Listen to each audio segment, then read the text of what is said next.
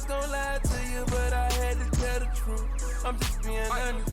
Cash Money Records' very own Birdman reveals to Nick Cannon that Master P hated on him and blocked his deal with Priority Records back in the day. Let's check it out.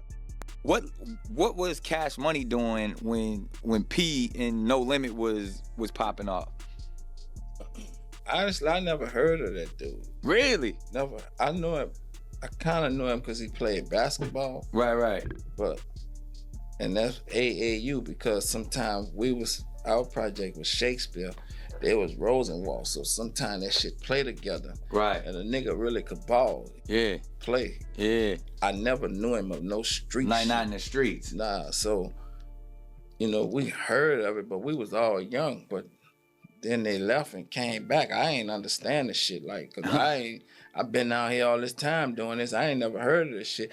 But his wave came from the West Coast. Yeah, cause they was getting it popping in Richmond and all, It came from that way. Yeah, and I think that was smart just based off of he had the South feel, he had the West Coast, and it was something new and something different. And at the time, what was unique about him or to us is he was independent on his own, getting money, and he had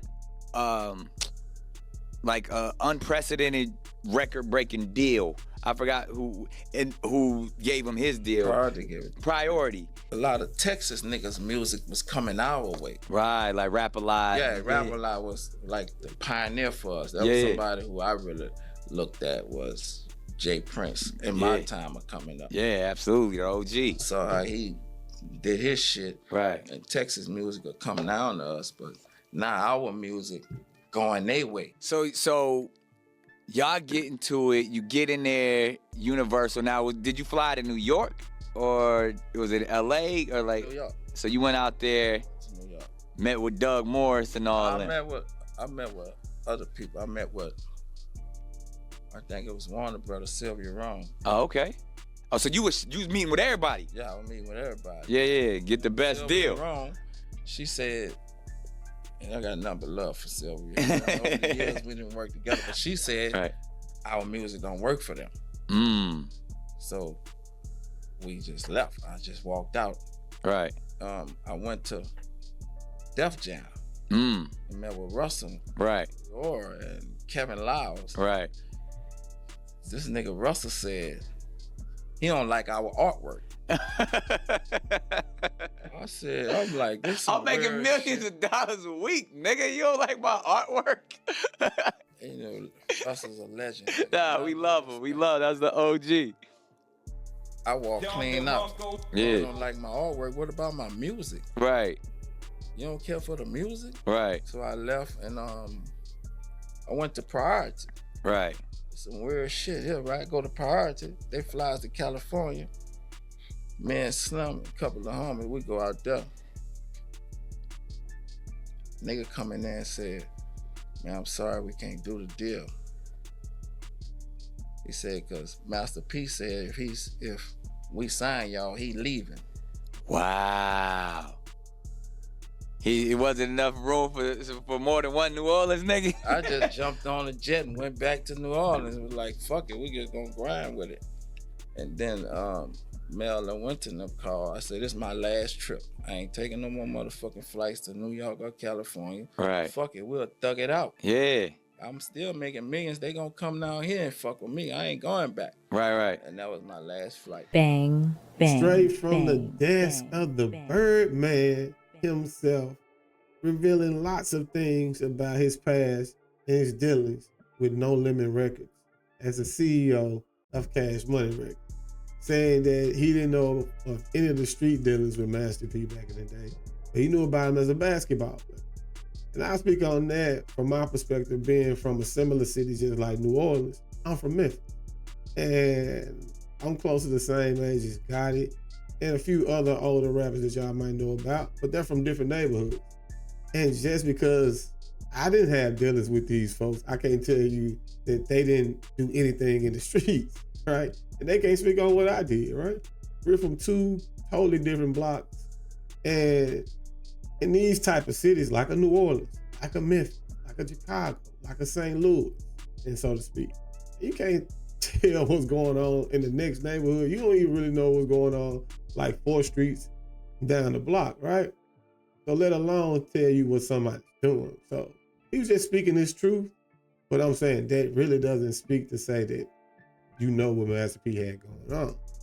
Now to the music part of it, I also defend Master P in that regard, as I've never heard of these type of things about Master P in his history of being in the music industry. He's always been stand up and thorough. From Snoop Dogg, Mia X, Mystical, everybody that was on No Limit, for the most part, speaks very highly of Master P. Now, in regard to Cash Money and Baby, I appreciate everything that they've done. One of the greatest record labels of all time, one of the greatest groups gave us one of the greatest artists of all time, Lil Wayne, to say the least. But I cannot say the same for you, Birdman.